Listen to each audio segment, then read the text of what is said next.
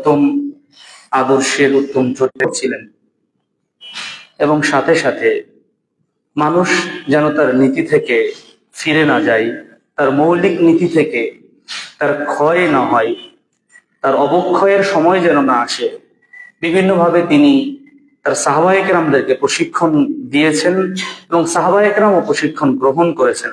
যার কারণে তিনি যে মানুষগুলো রেখে গিয়েছিলেন, আল্লাহ রাব্বুল আলামিন দুনিয়াতেই তাদেরকে জান্নাতের সুসংবাদ যেমন দিয়েছিলেন, ঠিক অনুরূপ ভাবে তারা আমাদের জন্য অন্যতম মডেল। বা এক একজন সাহাবী, যদিও সর্বোত্তম মডেল হচ্ছেন নবী মুহাম্মদ সাল্লাল্লাহু আলাইহি ওয়াসাল্লাম, তারপরেও সাহাবায়ে কেরামের জীবনীর দিকে লক্ষ্য করলে আমরা যে বিষয়টি স্পষ্ট হই, নিঃসন্দেহে রাসূলুল্লাহ সাল্লাল্লাহু আলাইহি ওয়াসাল্লামের ইন্তেকালের পরে তারা এক একটি ইসলামের ধারক বাহক ছিলেন, যেটা আমরা স্পষ্ট হই। নবী সাল্লাল্লাহু আলাইহি ওয়াসাল্লামের প্রতি আমরা আবার সংক্ষিপ্ত দরুদ পাঠ করছি, সাল্লাল্লাহু আলাইহি ওয়াসাল্লাম। আলোচনার বিষয় নৈতিক অবক্ষয় এবং ইসলামী দৃষ্টিকোণ। নৈতিকতা কি বা নৈতিকতা থেকে অবক্ষয় কিভাবে হয়, কেনই বা হলো, এখান থেকে পরিত্রাণের বা উপায় কি, এই শিরোনামে আল্লাহ রাব্বুল আলামিন যতটুকু চাইবেন আমরা সকলেই সেটা হৃদয়ে গেঁথে নেওয়ার চেষ্টা করব এবং আমলে বাস্তবায়ন করার চেষ্টা করব। ক্বালু সামি'না ওয়া আতা'না, এটা হচ্ছে মুমিনদের বৈশিষ্ট্য। আমরা এই বৈশিষ্ট্যের অনুসারী হতে চাই। আল্লাহ রাব্বুল আলামিন আমাদের তৌফিক দান করুন, আল্লাহুম্মা আমিন। নৈতিক অবক্ষয় শব্দের অর্থ আমরা যারা বাংলা ভাষায় পারদর্শী বা বাংলা ভাষা সম্পর্কে অবগত, ক্ষয় হওয়া মানে দিন দিন তার থেকে চ্যুত হওয়া, অর্থাৎ যেই বৈশিষ্ট্য ধারণ করা দরকার ছিল, যেই সিফাত বা গুণ আমার আপনার মধ্যে থাকার কথা ছিল, সেগুলো কমতে কমতে সেটার একেবারে জিরোতে নেমে আসা, এটাই মূলত অবক্ষয় শব্দ দ্বারা বোঝানো হয়। আপনি যদি উল্লেখ করি অবক্ষয় কতটা আমাদের মাঝে নেমে এসেছে, জাহেলি সমাজের কথা বলি আমরা, যখন সামাজিক জীবন, রাষ্ট্রীয় জীবন বা অন্যান্য জীবনের কথা বলি, আমরা খুব দ্রুতই জাহেলি সমাজের উপস্থাপনা আমাদের মুখ থেকে বা আমাদের জবান থেকে বের হয়। কিন্তু আমরা যদি লক্ষ্য করি সমাজের যে বর্তমান যে সমাজ ব্যবস্থা, বর্তমান যে বৈশ্বিক পরিস্থিতি, সেটা হোক সামাজিক বা পারিবারিক বা রাজনৈতিক, যে কথাটাই বলি না কেন, সেটা অধঃপতনের এতটা তলানিতে নেমে পড়েছে, অধঃপতনের এতটা নিচে নেমে পড়েছে, যা কোনো কোনো ক্ষেত্রে জাহিলিয়াতের সব অপকর্মকে হার মানিয়ে ফেলেছে। জাহিলিয়াতে আমি আপনি শুনেছি যে কন্যা সন্তানকে জীবিত পুঁতে ফেলা হতো, তাদের একটা কালচার ছিল। এই কালচার নবী সাল্লাল্লাহু আলাইহি ওয়াসাল্লাম আল্লাহর পক্ষ থেকে ওহী প্রাপ্তির মাধ্যমে এবং তাদেরকে দাওয়াত দানের মাধ্যমে তাদেরকে সচেষ্ট এবং সজাগ করতে পেরেছিলেন, আলহামদুলিল্লাহ। এবং আল্লাহ আয়াত নাযিল করেছিলেন, ফি আইয়ি যামবিন কুতিলাত। এই আয়াত দ্বারা এবং বিভিন্ন সতর্কবাণীর দ্বারা সেই সমাজের মানুষ অন্ধকার থেকে আলোর পথে ফিরে এসেছিল।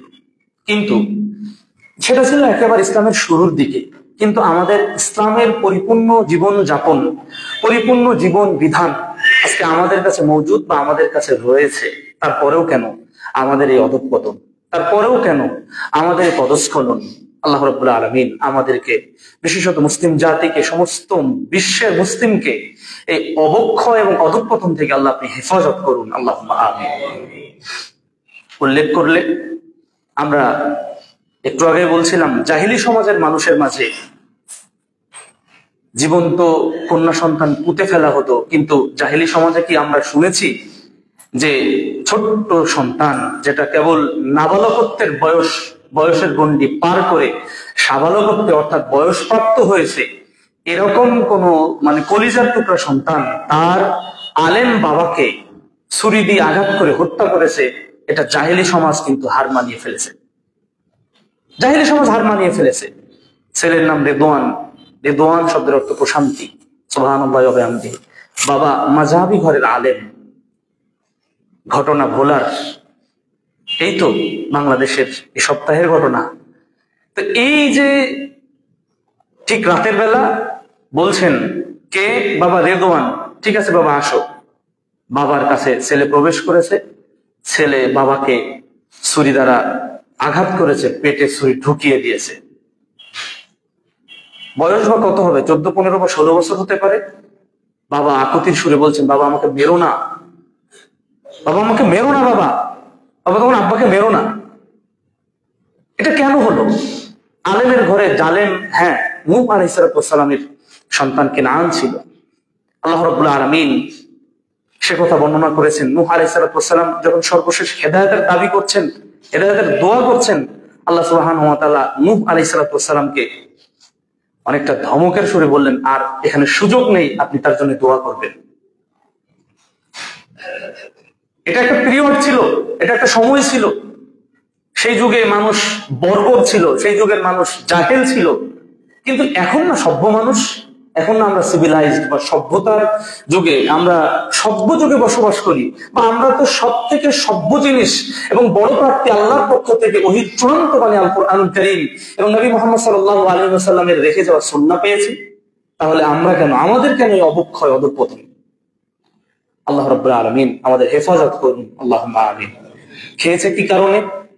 বোঝা যাচ্ছে বাবা শাসনের মাত্রা বাবার ঠিকই ছিল, কিন্তু ছেলের কাছে শাসনটা আযাব হিসেবে দেখা গিয়েছিল। বাবা শাসন করতে চেয়েছেন, বাবা আলেম মানুষ, কারণ ছেলের সম্মান যাবে মানে বাবারই যাবে পক্ষান্তরে।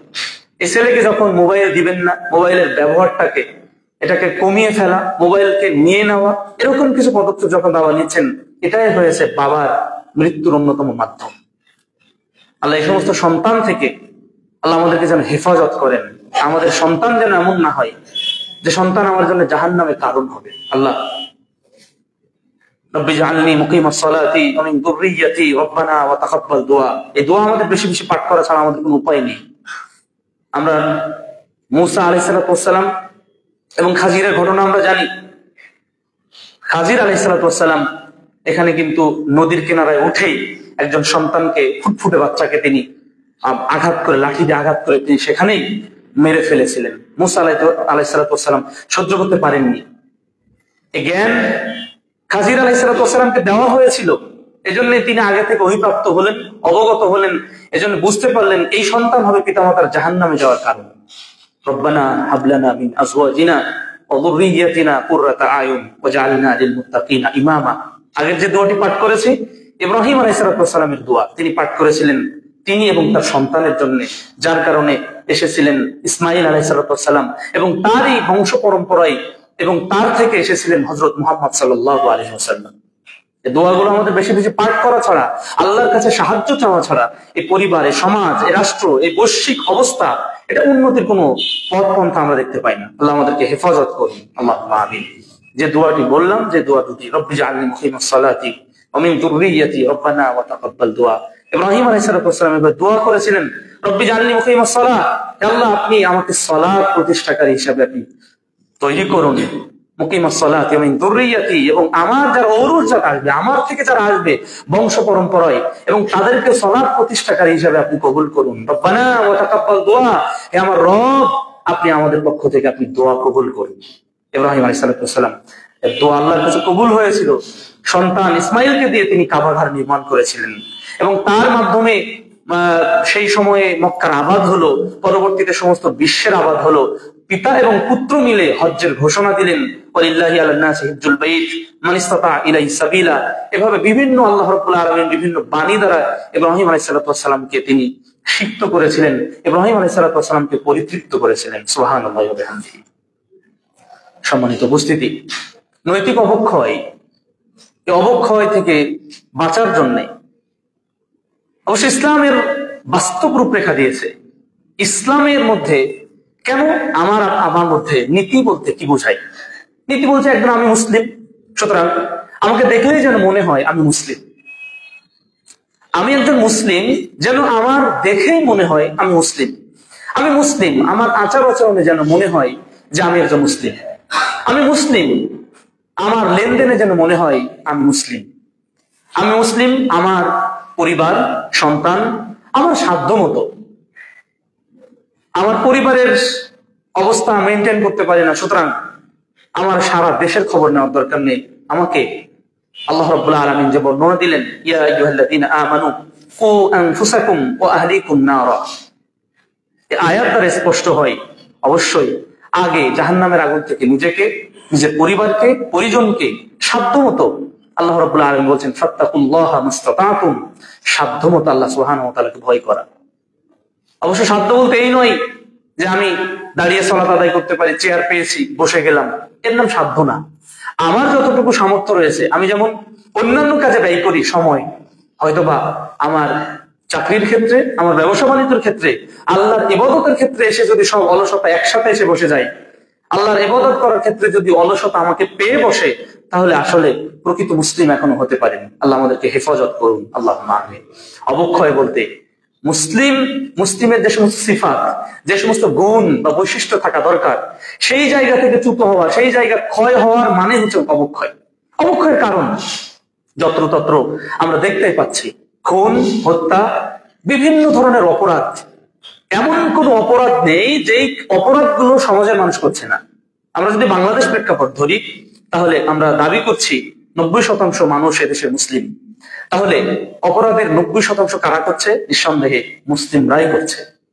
আর যারা, তাদের কি অবস্থা? যারা মাইনরিটি বা আরো যারা সংখ্যালঘু, তারা তো আসলে আমাদের ভয়ে থাকে।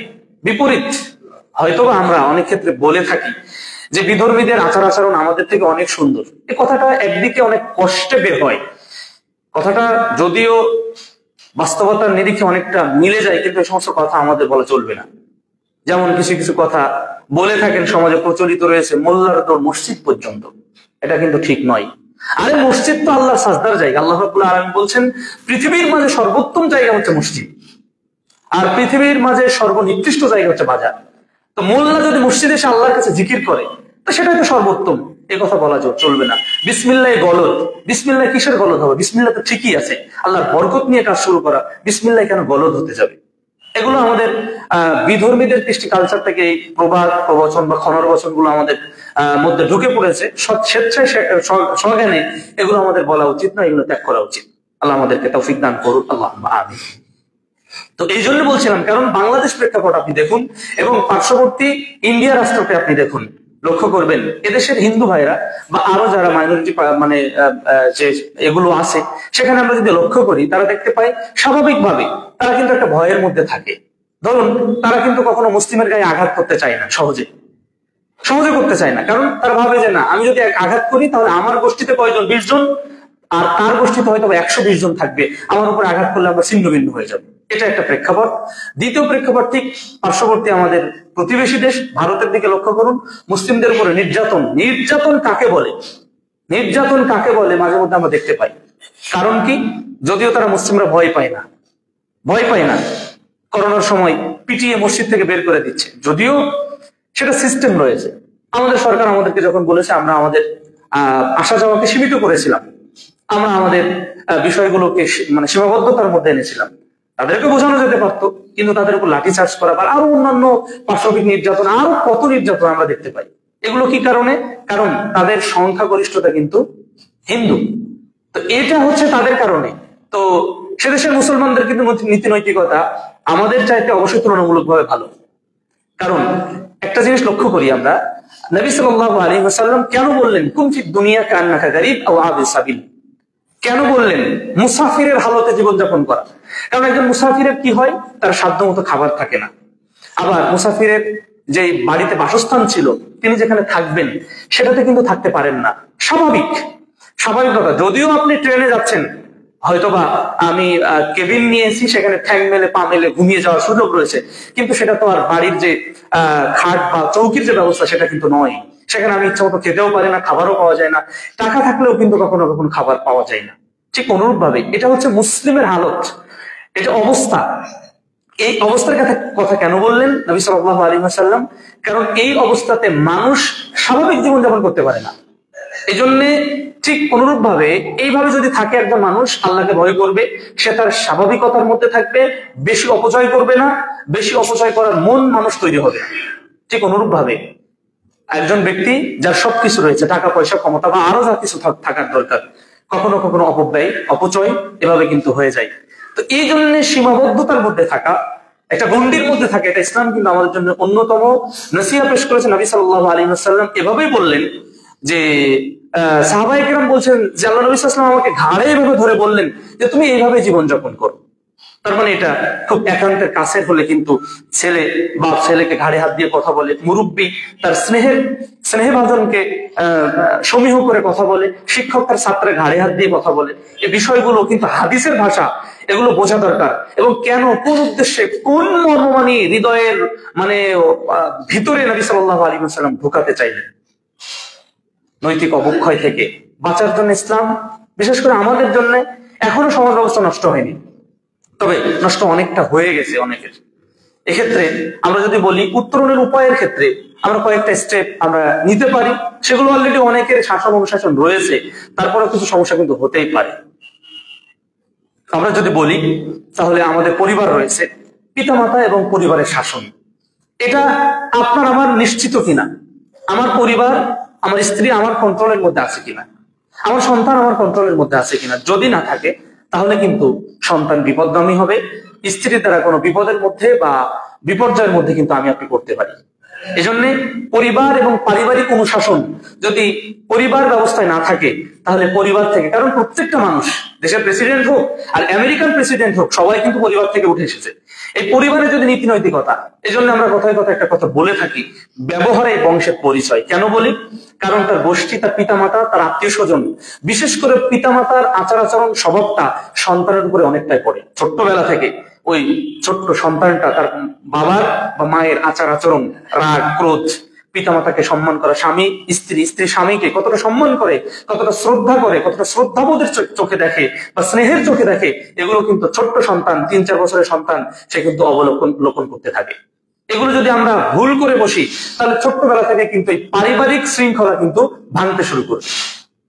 পারিবারিক শৃঙ্খলার ক্ষেত্রে আমাকে আপনাকে, বিশেষ করে স্বামী এবং স্ত্রীকে, ওই পরিবারের কর্তা এবং মহিলা কর্তা যিনি, কর্ত্রী যিনি, তাকে অবশ্যই সজাগ এবং সচেষ্ট থাকতে হবে। আল্লাহ আমাদেরকে তৌফিক দান করুন, আল্লাহুম্মা আমিন। দ্বিতীয় বিষয় যেটা, সেটা হচ্ছে গুরুজন বা শিক্ষা গুরু। এটা আমরা যদি এখান থেকে 20 বছর আগে দেখি, যে অবস্থা ছিল সেটা একেবারে মানে তলিয়ে গেছে। কি কারণে? আমরা বাদশাহ আলমগীরের কথা অনেক শুনেছি, তার ছেলেদের প্রতি সন্তুষ্ট হতে পারেননি এবং তার শিক্ষকের প্রতি অসন্তুষ্ট হয়েছিলেন। পিতা এবং পুত্রের যে বিষয় এবং শিক্ষকের মাঝে, শিক্ষক তো ভেবেই নিয়েছিলেন যে আজকে আমার নিস্তার নেই, এটা আমরা পড়েছি। কিন্তু এখন মনে হয় সম্ভবত শিক্ষাগুরুর মর্যাদা আমরা পড়েছিলাম, আপনারা অনেকে পড়ে থাকবেন, এর আগে আরো কিছু থাকতে পারতো, এখন মনে হয় সম্ভবত সেটা আছে কি জানি না। তো এই যে কবিতা থেকে মর্মবাণী যেটা, এগুলো মুসলিমদের, কিন্তু এগুলো মুসলিমদের রচনা। শিক্ষককে কিভাবে সম্মান করতে হয়, একটা শিক্ষক পিতামাতার কথা, ধরুন আমরা আলহামদুলিল্লাহ শিক্ষক হওয়ার কারণে ছাত্র একটা ভুল পড়ছে, আমার ছেলে ভুল পড়ছে, ক্লাস 3-তে পড়ে, তো ভুল পড়ছে, সেই ভুল উচ্চারণটা কোনো কারণে হয়তো বা শিক্ষক বেখেয়ালে এই উচ্চারণটা করেছেন, জবরের জায়গায় জের দিয়ে পড়েছেন বা জেরের জায়গায় জবর দিয়ে পড়েছেন। আমি যখন দূর থেকে বলছি, বাবা এটা কিন্তু ভুল পড়ছো, এটা এই হবে না, না আব্বু ওই উস্তাদ যে এই কথা বলে দিয়েছেন। বাবা শিক্ষক, আমরা একটু আরবি জানি, তো এই কথা বলছি, বাবা সন্তান মেনে নিচ্ছে না। কি কারণ? বাবার চেয়ে তার শিক্ষককে সে সম্মান করে বেশি, বাবাকে সে সম্মান করে, শ্রদ্ধা করে, কিন্তু শিক্ষক কিন্তু অন্য নজরে দেখে, অন্য নজরে দেখে। এখন আপনার আমার সন্তান রয়েছে, এই সন্তান হয়তোবা শিক্ষক বলে হোক বা এমনি ইচ্ছা করে হোক একদিন পিটানি দিয়েছে। এখন আপনি যদি দল বেঁধে গোষ্ঠী সব নিয়ে স্কুলের বারান্দায় হাজির হন এবং আপনার সন্তানের সামনে শিক্ষককে শায়েস্তা করেন এবং বকাবকি করেন, তাহলে ওই দিন থেকে আপনার সন্তান ধ্বংসের অতল তলে তলিয়ে গেল। হ্যাঁ, আপনি বসতে পারেন বা আমি বসতে পারি যে ভাই, সন্তানকে আড়াল করে আপনি যে কাজটা করেছেন, আমার সন্তানকে হয়তো বা মেরেছেন, কিন্তু মারার সময় যদি একটু দেখে মারতেন তাহলে খুশি হতাম, আপনি শাসন করবেন।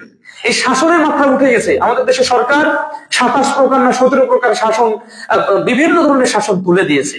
আমরা আরজ করব এবং করেছিও বিভিন্ন লেখনের মাধ্যমে। মুহতারাম আমিরে জামাত প্রফেসর ডক্টর আসাদুল্লাহ গালিব সহ আরো অনেক আলেম ওলামা আমাদের, তারা সবাই আরজ করেছেন, না, শাসন রাখা দরকার। আমাদের ব্যক্তিগত প্রতিষ্ঠানেও শাসন করা যায় না, তারপরও শাসনের মাত্রা যখন কমিয়ে দেওয়া হয়, এই সন্তানগুলো, এই আপনার আমার কলিজার টুকরাগুলো আদবের খেলাফ হতে হতে বেয়াদবের চরম শিখরে চলে যায়। এই বিষয়গুলো আমরা কোরআন হাদিস অনেক শুনি, প্রিয় ভাইরা, সম্মানিত ভাইরা, কিন্তু এই জায়গাগুলো যদি আমরা লক্ষ্য না করি তাহলে কিন্তু অবক্ষয় যা কিছু হওয়ার দরকার এখনো শুরু হয়নি, আরো সামনে হবে। আল্লাহ আমাদেরকে হেফাজত করুন, আল্লাহ আমিন। তৃতীয় প্রকার ধর্মীয় অনুশাসন। ধর্মীয় অনুশাসন আমার আপনার জীবনে আল্লাহ এবং আখিরাতের যে অনুসরণ, সেটা আমার আপনার জীবনে যদি হয়, অনুশোচনা, এগুলো যদি আমার আপনার জীবনে হয়, তাহলে অবক্ষয় আমি তো সালাত আদায় করতাম, কেন আমি করি না? আমি কি অবস্থায় জান্নাত পাবো? আমি কি অবস্থায় পরকালে মুক্তি পাবো? আমার কি সম্ভব এই অবস্থায় কবরে যে 3 প্রশ্নের উত্তর দেওয়া বা 4টি প্রশ্নের উত্তর দেওয়া, 3টার পরে আরেকটা?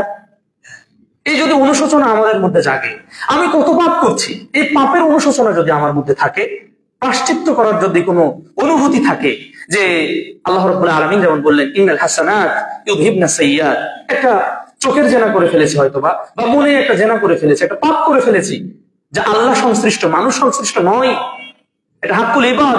তাহলে মানে হাক্কুল্লাহ যদি হয়, আল্লাহ সংশ্লিষ্ট হক হয়, তাহলে আমি কোরআন তেলাওয়াত করতে পারি, আমি তাসবিহ পাঠ করতে পারি, আমি কোন জিকির পাঠ করতে পারি, সূরা ফাতিহা পারি, সূরা ফাতিহা পাঠ করতে পারি, আলহামদুলিল্লাহ পারি, আলহামদুলিল্লাহ বলতে পারি। আমি একজন গৃহিণী রান্না করছি, বা যে অবস্থা থেকে আল্লাহর প্রশংসা করলে ওই পাপটা মুছে যাবে কিসের মাধ্যমে? এবং আল্লাহ বলছেন ফাউলাইকা ইউবাদদিলুহুমুল্লাহু সাইয়্যাতিহিম হাসানাত, এবং তারা যদি তওবা করার মতো তওবা করে, আল্লাহ রাব্বুল আলামিন তাদের পূর্বের পাপ রাশি সব নেকিতে পরিবর্তন করে দিবেন। এ পথ তো খোলাই রয়েছে, এ পথ তো উন্মুক্ত। আল্লাহ রাব্বুল আলামিন কিয়ামত পূর্ব পর্যন্ত তিনি তওবাকারীর তওবা কবুল করবেন। তিনি কি হাত বাড়িয়ে তিনি বলেন এবং তিনি প্রসারিত করে বলেন যে কে আসো, মানে কোন মুজলিম আছে, কোন পাপী আছে, আমার কাছে সে ক্ষমা চাইবে, আমি তাকে ক্ষমা করবো।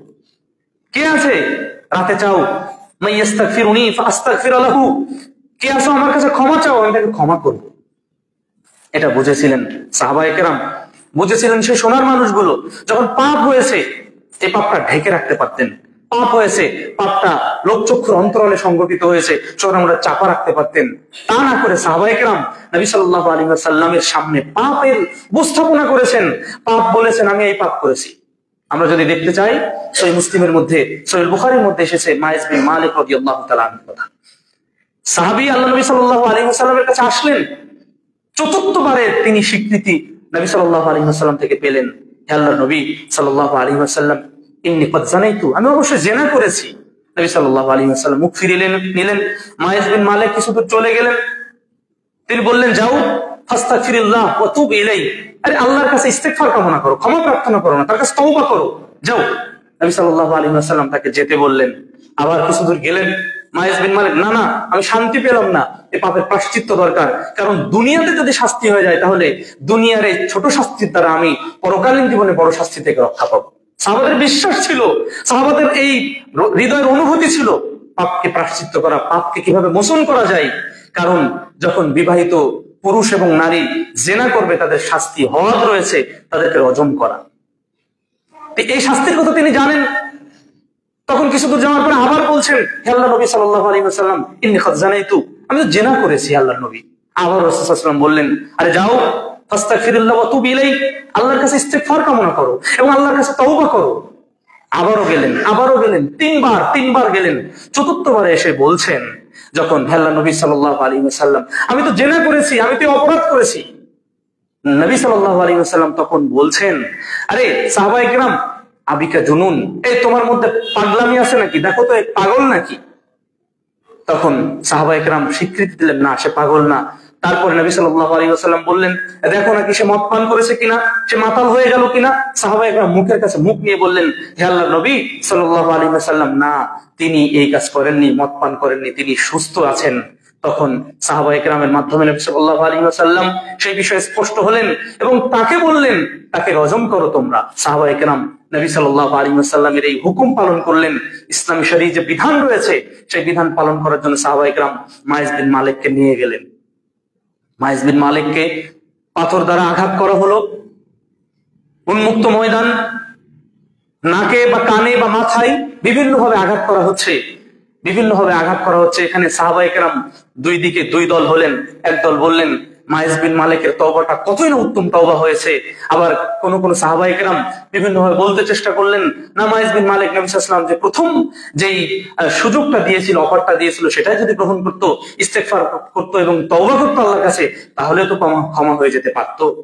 সাহাবী সেটা না করে বারবার এসে বললেন, নবী সাল্লাল্লাহু আলাইহি ওয়াসাল্লাম বলছেন, শোনো, লাকাদ তাওবা তাওবাতান, মাইজ বিন মালিক এমন তওবা করেছে, লাউ কুসিমাত বাইনা উম্মাহ, যদি এই উম্মতের মাঝে মাইজ বিন মালিকের তওবাকে টুকরা টুকরা করে দেওয়া হয়, বন্টন করে দেওয়া হয়, লাওয়াসিয়াতুহুম, তারপরেও সমস্ত উম্মতের তওবা আর মাইজ বিন মালিকের তওবা তার বেশি হয়ে যাবে। এটা কি কারণে করলেন? সাহাবী, তার অনুশোচনা এসেছিল, আমার ভেতরে যে অবক্ষয় হয়েছে, যে পাপ করেছি, এই পাপের প্রায়শ্চিত্ত যদি আমি দুনিয়াতে করতে পারি, তাহলে এখান থেকে আমি মুক্তি পাবো, পরকালীন জীবনে আমার আর শাস্তি আসবে না।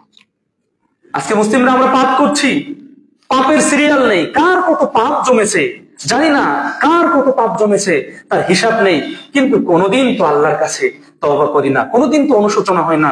কত মানুষের তওবা কিভাবে করতে হয়, আল্লাহ যে একজন আছেন, তিনি যে পাপ ক্ষমা করতে পারেন, এই আকীদা, এই ধারণায় বিশ্বাস বহু কোটি কোটি বললে চলবে, মানে ভুল হবে না, কোটি কোটি মুসলিম, বাংলাদেশের মুসলিমের নেই। তাহলে আমরা প্রকৃত কি, আমরা যে স্বর্ণ পেয়েছি, আমাদের যে স্বর্ণের খনি আছে, এটা আমরা জানি না, এটা সম্পর্কে আমাদের ধারণা নেই, এটা খুবই দুঃখজনক ব্যাপার। তো এই ধারণা নিয়ে যদি থাকি, তাহলে আমার অবক্ষয় তো ঘটবে, আমার পারিবারিক অবক্ষয় ঘটবে, আমার সব জায়গা অবক্ষয় এবং আমার সব জায়গা নষ্ট হয়ে যাবে, ইহকাল ক্ষতিগ্রস্ত হবে, পরকাল তো পরকালীন শাস্তি আমার জন্য অপেক্ষা করছেই। আল্লাহ আমাদেরকে ক্ষমা করুন, আল্লাহ আমাদেরকে হেফাজত করুন, আল্লাহুম্মা আমিন। এখন আমি আপনি কি পদক্ষেপ নিতে পারি? ব্যক্তিগত জীবনে আমরা যদি বিভিন্ন পদক্ষেপ গ্রহণ করতে পারি, সব থেকে বেশি পদক্ষেপ যেটা নেওয়া দরকার, সবাই সবার জায়গা থেকে আল্লাহ রাব্বুল আলামিনকে বেশি বেশি ভয় করা। সূরা হুজুরাত 13 নম্বর আয়াতের মধ্যে আল্লাহ রাব্বুল আলামিন বলছেন, ইন্না আকরামাকুম ইনদাল্লাহি আতকাকুম, নিশ্চয় আল্লাহ রাব্বুল আলামিনের কাছে সব থেকে বেশি সম্মানিত যিনি, তিনি হচ্ছেন আল্লাহকে যিনি বেশি ভয় করেন। আমরা কতটা ভয় করি আল্লাহকে? যদি পাপ করি, একটু হৃদয়ের জাগে কি যে না, আল্লাহ দেখছেন, আল্লাহ দেখছেন, এই পাপ কেউ দেখছে না কিন্তু আল্লাহ দেখছেন, এই অনুশোচনা যদি হয়, তাহলে আমার আপনার নীতি নৈতিকতা ক্ষয় হতে পারে না। মানে যেই ব্যক্তি আল্লাহকে ভয় করেন, তার যে কোনো কাজ করতে যে, যে কোনো স্টেপ নিতে যে, যে কোনো পদক্ষেপ নিতে যে, তিনি অবশ্যই ভাববেন যে না, আমাকে হয়তো দুনিয়ার মানুষ দেখছে না, আমি যে ঘুষ লেনদেন করছি, আমি যে কালোবাজারি করছি, আমি যে পণ্যে ভেজাল দিচ্ছি, আমার যে নৈতিকতা নষ্ট হচ্ছে, আমি যে অন্যের সাথে জেনা করছি, আমি যে ফোনের মিস ইউজ করছি, আমি যে ফোনে ঘন্টার পর ঘন্টা কাটিয়ে দিচ্ছি, আমি যে সালাত আদায় করি না, আমি যে যুবক মানুষ, আমার যে একটা হিসাব আল্লাহ রাব্বুল আলামিন নিবেন, এই হিসাব যে আমাকে দিতে হবে, এরকম অনুশোচনা, এরকম চিন্তা হৃদয়ে যদি আমার না জাগে, তাহলে আসলে প্রকৃত মুসলিম না, এখনো আমি মানবিকতায় পূর্ণ একজন মুসলিম হতে পারিনি। আল্লাহ মুসলিম জাতিকে আমাদেরকে হেদায়েত এবং হেফাজত করুন, আল্লাহুম্মা আমিন। কারণ আমার আপনার ব্যক্তিগত জীবনে যদি চরিত্র ভালো হয়, স্বাভাবিকভাবে মানুষ মানুষকে সম্মান করে। এখন টাকা পয়সা কিন্তু সবার রয়েছে, এখন টাকা পয়সা কম বেশি সবার রয়েছে, কিন্তু যারা চরিত্রবান, যারা নীতিবান, নীতি নৈতিকতার মধ্যে থাকেন, সমাজের মানুষ তাদেরকে কিন্তু অন্যভাবে দেখে, তাদেরকে বিশ্বাস করে। আল্লাহ রাব্বুল আলামিন সেই কথা বলেছেন সূরা হুজুরাতের মধ্যে। নবী সাল্লাল্লাহু আলাইহি ওয়াসাল্লামকে প্রশ্ন করা হলো, যে হাদিসটি আমরা শুরুতেই বলেছিলাম, হাদিসটি আমরা অনেকে অবগত, কিন্তু এই বিষয়গুলো আমাদের সামনে রাখা দরকার। আবু হুরায়রা রাদিয়াল্লাহু তাআলা আনহু থেকে বর্ণিত হাদিস, নবী সাল্লাল্লাহু আলাইহি ওয়াসাল্লাম বলছেন, তাকে জিজ্ঞাসা করা হয়েছে, আল-আকসারি মা ইউদখিলুন নাসাল জান্নাহ, হে আল্লাহর নবী সাল্লাল্লাহু আলাইহি ওয়াসাল্লাম, অধিকাংশ মানুষ কি কারণে জান্নাতে যাবে? মানুষ তো জান্নাতে যাবে, কিন্তু অধিকাংশ মানুষ কি কারণে জান্নাতে যাবে? মানুষ স্বাভাবিকভাবে জান্নাতে যাবে বিভিন্ন আমলের কারণে, কেউ তার পিতামাতার সদ্ব্যবহার করার কারণে, কেউ গোপনে আমল করার কারণে, কেউ হয়তো বা দান সাদাকা তার আল্লাহ রাব্বুল আলামিনের কাছে এমন ভাবে কবুল হয়েছে, আল্লাহ সন্তুষ্ট হয়েছেন, বিভিন্ন ভাবে আল্লাহ রাব্বুল আলামিনের সন্তুষ্টির মাধ্যমে মানুষ জান্নাতে যাবে। তো নবী সাল্লাল্লাহু আলাইহি ওয়াসাল্লামকে প্রশ্ন করা হলো, হে আল্লাহর নবী, অধিকাংশ মানুষ কি কারণে জান্নাতে যাবে? অধিকাংশ মানুষ কি কারণে জান্নাতে যাবে? তখন তিনি বললেন, তাকওয়াল্লাহি ওয়া হুসনুল খুলুক, এটা হচ্ছে আল্লাহকে বেশি ভয় করা এবং চরিত্রবান হওয়া। দেখেন না, যদি চরিত্রবান হই তাহলে তো আমার নৈতিক অবক্ষয়ের প্রশ্ন আসে না। আর যদি তাকওয়াবান হই, আমি যদি তাকওয়াশীল হই, আল্লাহকে ভয়, তাকওয়া, এটা তো শুধুমাত্র আল্লাহর ভয়ে কাঁপতেছি, কম্বল গায়ে দিচ্ছি, লেপ পাতা গায়ে দিচ্ছি, সেটা এমন নয়। আল্লাহকে গোপনেও ভয় করা, প্রকাশ্যে ভয় করা, আল্লাহ এবং তার নবী মুহাম্মদ সাল্লাল্লাহু আলাইহি ওয়াসাল্লাম যে বিধান দিয়েছেন সেই বিধানটা বাস্তবায়ন করা, যেটা নিষেধ করেছেন সেটা থেকে বিরত থাকা, সাধ্যমতো চেষ্টা করা, এবং যেটা করতে বলেছেন সেটা সাধ্যমতো করার চেষ্টা করা, এর নাম হচ্ছে তাকওয়া। এর নামই তাকওয়া। তাকওয়া মানে শুধু আল্লাহকে ভয় করলাম, এই বিষয়টা এমন নয়। যেটা আল্লাহ নিষেধ করেছেন সেটাকে বর্জন করা, যেটা করতে বলেছেন সাধ্যমতো সেটা করা, এর নাম তো তাকওয়া। তো তিনি বললেন, তাকওয়াল্লাহি ওয়া হুসনুল খুলুক, এই দুটি কারণে কারণ চরিত্র মানুষের নেই, অধিকাংশ মানুষের চরিত্র নষ্ট হয়ে গেছে, অধিকাংশ মানুষের চরিত্র নেই তাকওয়া না থাকার কারণে। যার আল্লাহ ভীতি নেই তার শয়তান ভীতি তো তার ভেতর, শয়তান তো তার ভর করবেই। যার হৃদয়ে, আমরা বলে থাকি প্রকৃতি কখনো শূন্য থাকে না, এই হৃদয়টা আল্লাহ থেকে আপনি গাফেল করেছেন বা আমি গাফেল করেছি। যখন গাফেল করেছি শয়তান আমার ওই জায়গা দখল করে নিয়েছে।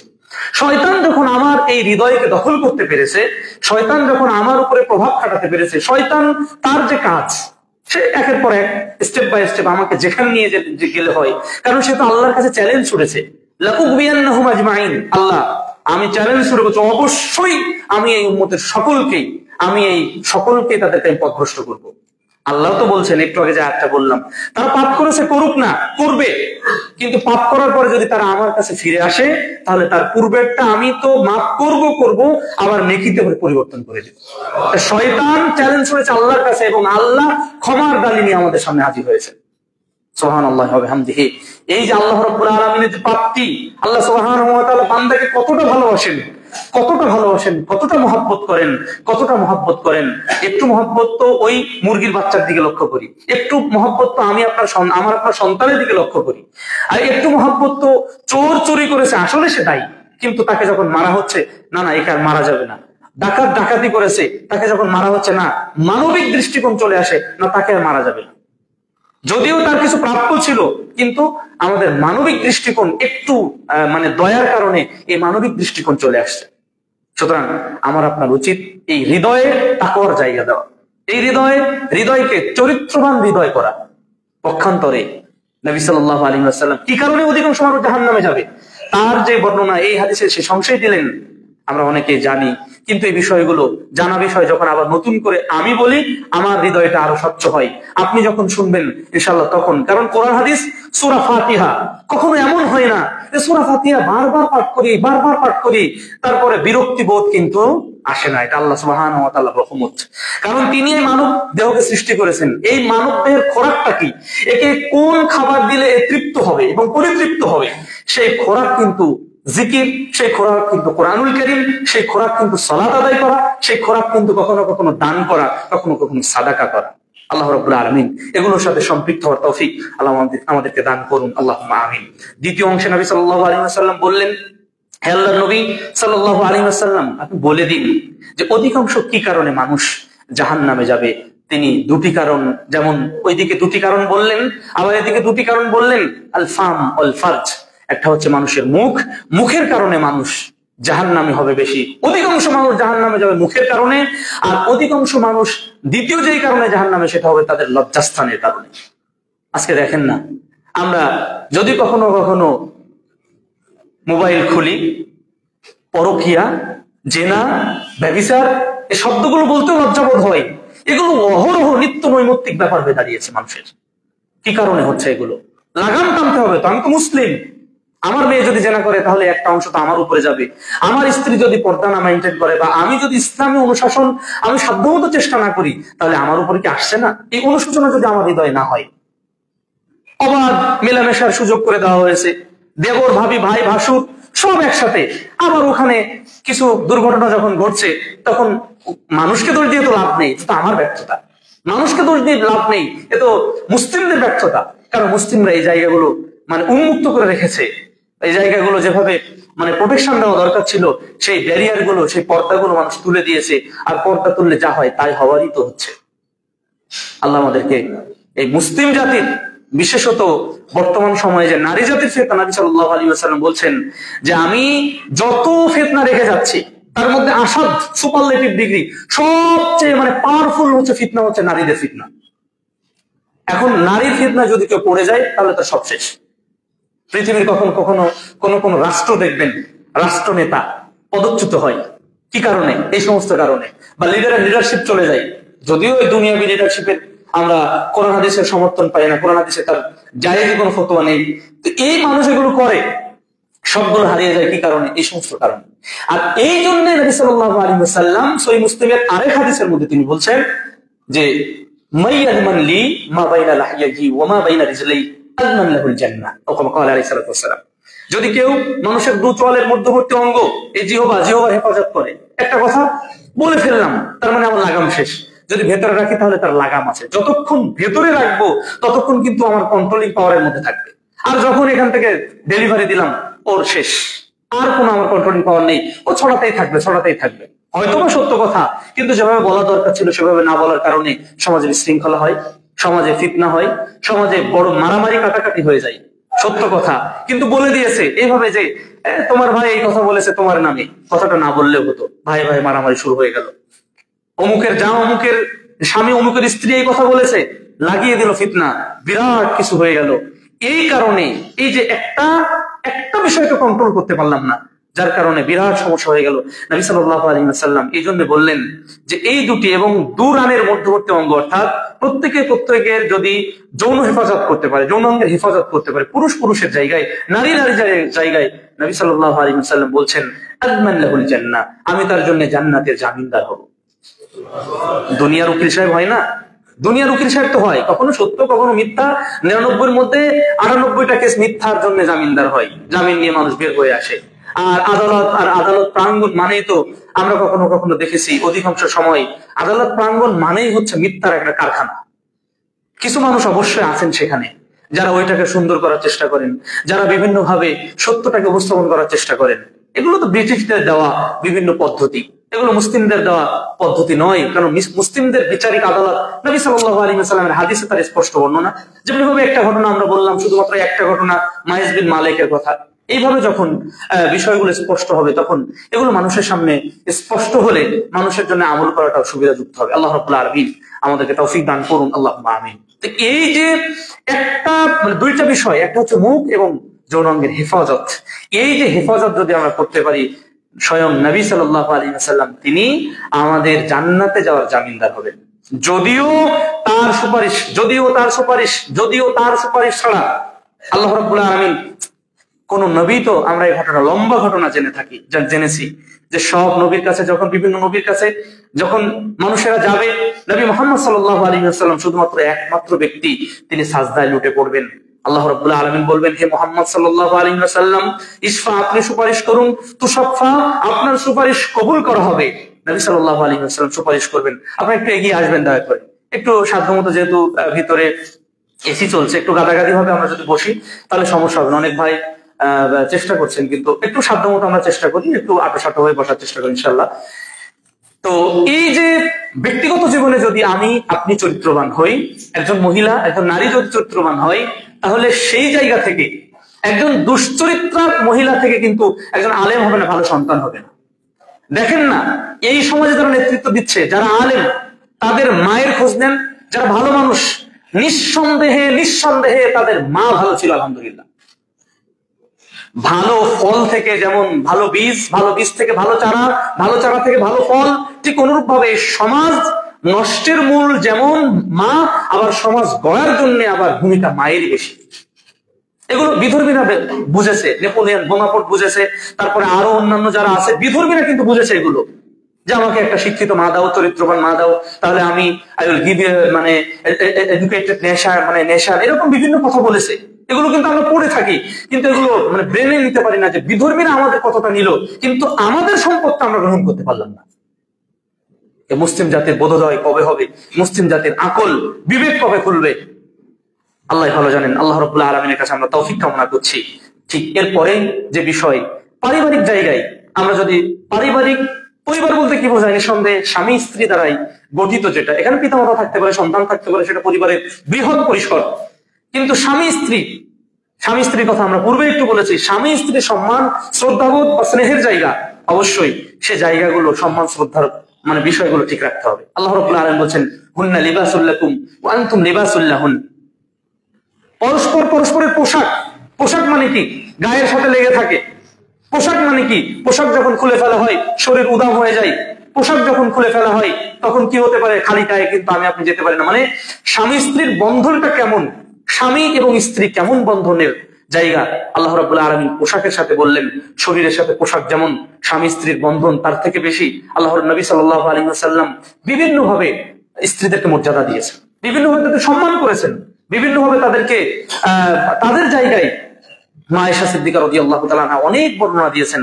নবী সাল্লাল্লাহু আলাইহি ওয়াসাল্লামের অনেক স্ত্রী ছিল, আমাদের একটা স্ত্রীকে আমরা সম্মান মানে শ্রদ্ধার জায়গা, বিশেষ করে শ্রদ্ধা বলতে স্নেহ এবং সমীহের জায়গা আমরা দেখতে পারি না। এই জায়গা কিন্তু আমাদের ব্যর্থতা, কারণ এই জায়গা নষ্ট হলে কিন্তু আমরা পূর্বে বলেছি কখনো কখনো যেহেতু আমাদের প্রতিষ্ঠান বৃহৎ পরিসরে, পুরুষ এবং নারী মানে বালক এবং বালিকার শাখা আলহামদুলিল্লাহ এখন 4000-এর উপরে ছাত্রছাত্রী, তো এই অনেক ছাত্রছাত্রীর মধ্যে কিছু কিছু ছাত্র বড় ক্লাসের সানাবিয়া লেভেল বা দাওরা লেভেলের ছাত্র আমাদেরকে ক্লাস নিতে কখনো বলে, আমরা বুঝতে পারি যে উস্তাদজি কোন সন্তান যদি তার মাকে বাবা প্রহার করছে, আঘাত করছে, গালিগালাজ করছে, এক্ষেত্রে সন্তান কি করবে? সন্তান তো থেমে থাকতে পারে না, ওই ভাই আমার কাছে ফতোয়া জিজ্ঞাসা করেছে। আমরা বুঝতে পারি ফতোয়া কেউ জিজ্ঞাসা করেনি, ওই ছেলেই ভুক্তভোগী। আমরা বুঝতে পারি ওই ছেলেই ভুক্তভোগী। তো সন্তানের সামনে মাকে মারা এটা কেমন ব্যাপার? সন্তানের সামনে মাকে গালিগালাজ করা এটা কেমন আদর্শ, কেমন চরিত্র? ওই সন্তান বিদ্রোহী হয়ে উঠেছে, বলছে উস্তাদজি আমার বিধান বলুন, এভাবে বলছে।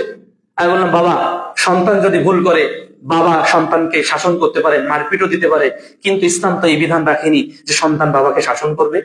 তুমি যেটা করো আল্লাহর কাছে বেশি বেশি দোয়া করো, আল্লাহর কাছে বেশি বেশি দোয়া করো, হয়তো তোমার দোয়ার মাধ্যমে পরিবর্তন হতে পারে। আবু হুরায়রা রাদিয়াল্লাহু তাআলা দোয়া চাননি, আবু হুরায়রা রাদিয়াল্লাহু তাআলা তার মায়ের জন্য দোয়া করেছেন, বাড়ি যাওয়ার আগে দোয়া কবুল হয়েছে। আল্লাহ রাব্বুল আলামিন আবু হুরায়রাকে সেই মানে ভালো আবহাওয়ার মধ্যে তিনি তার মাকে দিলেন এবং আবু হুরায়রা পরিতৃপ্ত হলেন। দোয়া ছাড়া উপায় নেই। এগুলো কেন? এই সন্তান একসময় কয়েকদিন ক্লাসে আসলো না, না আসার পরে বলছে যে আমি আর পড়বই না। তখন আমরা বোঝানোর চেষ্টা করলাম যে বাবা এরকম করো না। এগুলো কেন? কারণ এই পরিবার থেকে কিন্তু সন্তান ভালোর দিকে যাচ্ছে, আবার পরিবার থেকে সন্তান বিদ্রোহী হয়ে উঠছে, পিতার বিদ্রোহী হয়ে উঠছে। কেন? পিতার আচরণের কারণে। এই জন্য এই পারিবারিক বন্ধনটা আমাদেরকে আরো সুদৃঢ় করা দরকার। আল্লাহ রাব্বুল আলামিন আমাদের হেফাজত করুন, আল্লাহুম্মা আমিন। আমরা যদি বলি সামাজিক জীবনে আমরা অবক্ষয় যেগুলো হয়েছে, লেনদেনের অবক্ষয় হয়েছে, আচার আচরণের অবক্ষয় হয়েছে, ওয়াদা ঠিক রাখে না, এই অবক্ষয়গুলো কেন হলো? আমরা বুঝি না হাক্কুল্লাহ কোনটা, আল্লাহর হক কোনটা, বান্দার হক কোনটা। বান্দার সাথে আমি হক মেরেছি, যে ভেজাল দিচ্ছে সে মনে করছে আমি ভেজাল দিচ্ছি তাই কি হয়েছে, আমি তো ভালোটাই খাচ্ছি, কিন্তু তিনিও যে কালে ক্রমে ভেজালের মধ্যেই আছেন এটা কিন্তু মানুষ বোঝে না। কারণ একদিকে আমি ক্ষতি করছি, কিন্তু অন্য দিক থেকে আমি ক্ষতি করছি, ওই ভাই ওদিক থেকে ক্ষতি করছে।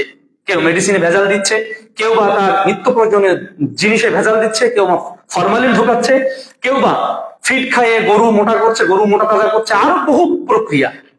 আবার কেউ বা লেনদেনে ধোকা দিচ্ছে। এই যে আচার আচরণের জায়গা, আমরা যদি একটা জিনিস মনে করি, একটা হাদিস যদি মনে করি সামাজিক অবক্ষয় মানে লেনদেনের ক্ষেত্রে, যে আমার কাছে যদি কেউ 4 আনা পয়সা থাকে, যদিও 4 আনা চলে না, 8 আনা এগুলো আনার পদ্ধতি নেই, কেউ যদি আমার কাছে অল্প পরিমাণে 1 টাকা পরিমাণে যদি কেউ পায় বা কোনো কিছু পায়, এটা যে আমাকে পায় টু পায় হিসাব দিতে হবে আল্লাহর দরবারে, এই নীতি এবং এই অনুভূতি যদি কারো থাকে, তাহলে কিন্তু তিনি আর মানুষের সাথে লেনদেন খারাপ করবেন না, লেনদেন খারাপ করবেন না। কেন বলা হলো? সহিহ মুসলিমের ওই হাদিসের মধ্যে অনেক নিয়ে এসেছে, বিসলাতিন ওয়া সিয়ামিন ওয়া যাকাতিন ওয়া হাজ্জিন ওয়া সিয়াম, যাকাত কত কিছু নিয়ে আসলো, নিতে নিতে এখন দিতে দিতে সব শেষ হয়ে গেল। তো এই ব্যক্তির অবস্থা কি হলো? আল্লাহ আমাদেরকে মুসলিম জাতি বোঝার তৌফিক দান করুন, আল্লাহুম্মা আমিন। আর বর্তমানে বড় সমস্যা যেটা দেখেন না, আগে যে বিষয়টা হয়েছে, কিছু কিছু গ্রামে এখনো আমরা দেখতে পাই যে আপনি ঢুকবেন সাথে সাথে দেখবেন ছোটরা সালাম দিবে। এই সালামের যে একটা বারাকা, এই সালাম স্ত্রী স্বামী স্ত্রীকে দেয় না, লজ্জাবোধ করে, লজ্জা পায়, দুনিয়ার সব আকাম কুকাম করে, সব কাজ করে, কিন্তু সালাম দিতে লজ্জা করে। স্বামী স্ত্রীকে, স্ত্রী স্বামীকে। মাওলানা সাহেব বলবে, হুজুর বলবে, মৌলভী বলবে, কোন মৌলভী বাড়িটা ঢুকলো গো, এরকম মানে সংকীর্ণতা চলে আসছে। বাড়ি থেকে বিসমিল্লাহ, আসসালামু আলাইকুম ওয়া রাহমাতুল্লাহ এই বাক্য যে বলবে, এই সাহসটুকু নাই। তো বরকত আসবে কি করে? অবক্ষয় তো ঘটবে, পরিবার থেকে ধ্বংস হবে। আসসালামু আলাইকুম ওয়া রাহমাতুল্লাহি ওয়া বারাকাতুহু, আপনার উপরে আল্লাহর শান্তি, রহমত এবং আল্লাহর বরকত নাজিল হোক। এই দোয়া যদি আমার আপনার জীবনে কবুল হয়ে যায় কারো একজনের, তাহলে আর কিছু লাগে কি? আর তো কিছু লাগে না। তাহলে এই যে সালাম নবী সাল্লাল্লাহু আলাইহি ওয়াসাল্লাম দিলেন উত্তম অভিবাদন, এটা মুসলিম সমাজের মাঝে ছোটরা সব বড়দেরকে সালাম দেয় না, আর বড়রা ভাবে শুধু আমরাই সালাম দেব। হাদিস কি বলছে? মাররান নবী সাল্লাল্লাহু আলাইহি ওয়াসাল্লাম বিলমানিন ফাসাল্লামা আলাইহিম, রাসূল সাল্লাল্লাহু আলাইহি ওয়াসাল্লাম একদল ছোট বাচ্চাদের পাশ দিয়ে যাচ্ছিলেন, তিনি তাদেরকে কি দিলেন? সালাম দিলেন। কেন? আগে সালাম দিতে হবে, তাহলে ও শিখবে।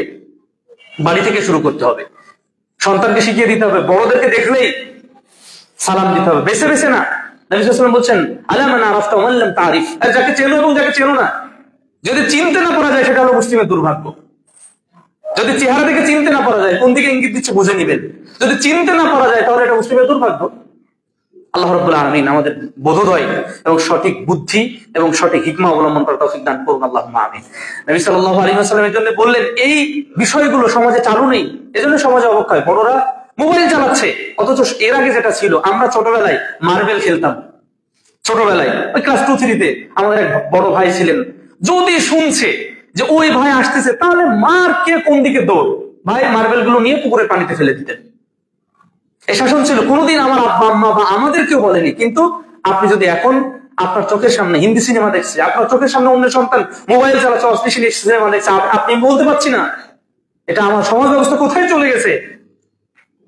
এই সমাজ ব্যবস্থার জায়গায় আপনাকে আমাকে কাজ করতে হবে। এ কিন্তু সরকার করে দিবে না, এ কোন সরকারের কাজ না। এটা সবাই যদি আমরা আমাদের জায়গা থেকে ভালো না হই, নৈতিক শাসন অনুশাসন যদি এগুলো আমরা গড়ে তুলতে না পারি, তাহলে আমরা প্রত্যেকটা স্টেপে কিন্তু আমরা মানে ধরা খেয়ে যাবো। আল্লাহ রাব্বুল আলামিন আমাদেরকে হেফাজত করুন, আল্লাহুম্মা আমিন।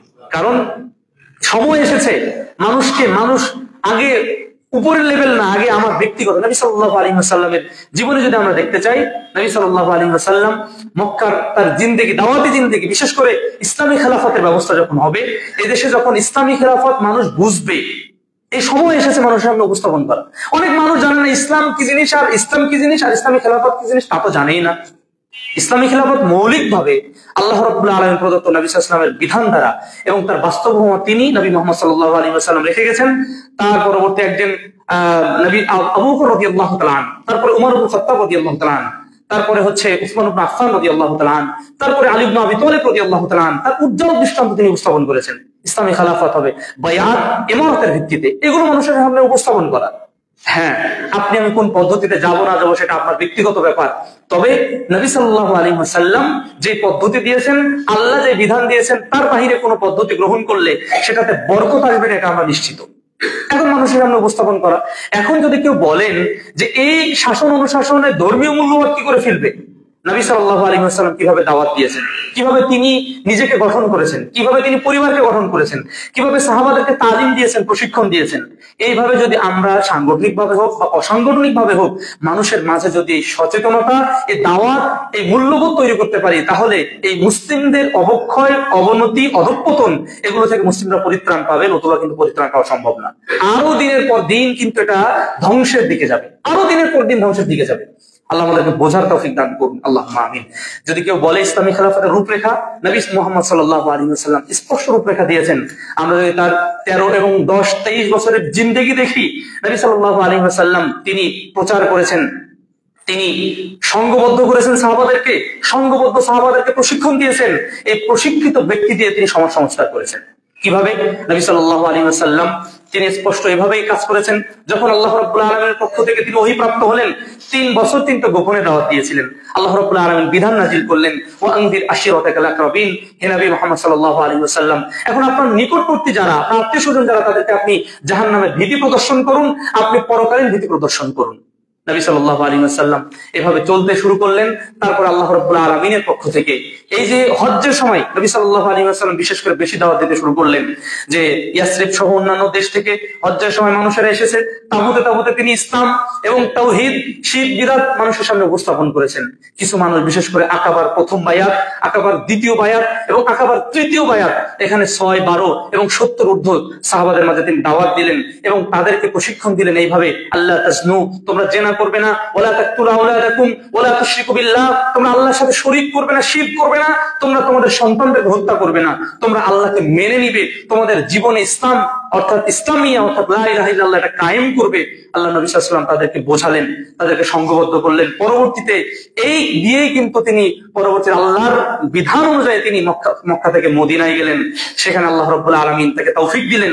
সেই প্রশিক্ষণ দিয়েই কিন্তু তাদের মাঝে সমাজ সংস্কার করলেন। বিশেষ করে 9ম হিজরির আগে পরে ইসলাম সমস্ত বিশ্বে ছড়িয়ে পড়লো। এখন সময় এসেছে ইসলামী খেলাফত উপস্থাপন করা, সময় এসেছে ইসলাম মানুষের সামনে উপস্থাপন করা, সময় এসেছে মানুষের সামনে ইসলামের কল্যাণকামিতা, ইসলাম কতটা কল্যাণকামী, ইসলামের সৌন্দর্য কতটুকু, এগুলো যদি আমরা বুঝতে না পারি, এগুলো যদি আমরা উপস্থাপন করতে ব্যর্থ হই, তাহলে এই ব্যর্থতার কারণে কিন্তু আমি নিজে হয়তো বাঁচবো, সমাজ বাঁচবে না। পক্ষান্তরে অন্যের ঘরে আগুন লাগলে যেমন আমার ঘরে আসতে সময় লাগবে না, ঠিক অনুরূপভাবে আমি আপনি সবাই কিন্তু ধ্বংসের দিকে চলে যাব। আল্লাহ মুসলিম জাতিকে হেফাজত করুন, আল্লাহ আমিন। আল্লাহ আমরা যারা উপস্থিত হয়েছি, আল্লাহ আমাদের সকলকে ক্ষমা করে দিন। আল্লাহ আমরা যারা আমাদের মাঝ থেকে যারা চলে গেছেন, আমরা দোয়া করছি আল্লাহ তাদের ভুল ত্রুটি ক্ষমা করে দিয়ে জান্নাতের মেহমান হিসেবে কবুল করে নিন, আল্লাহ আমিন। অনেকদিন পরে আবারও আপনাদের মাঝে আসা হয়েছে, ব্যস্ততা তো রয়েছেও, তারপরেও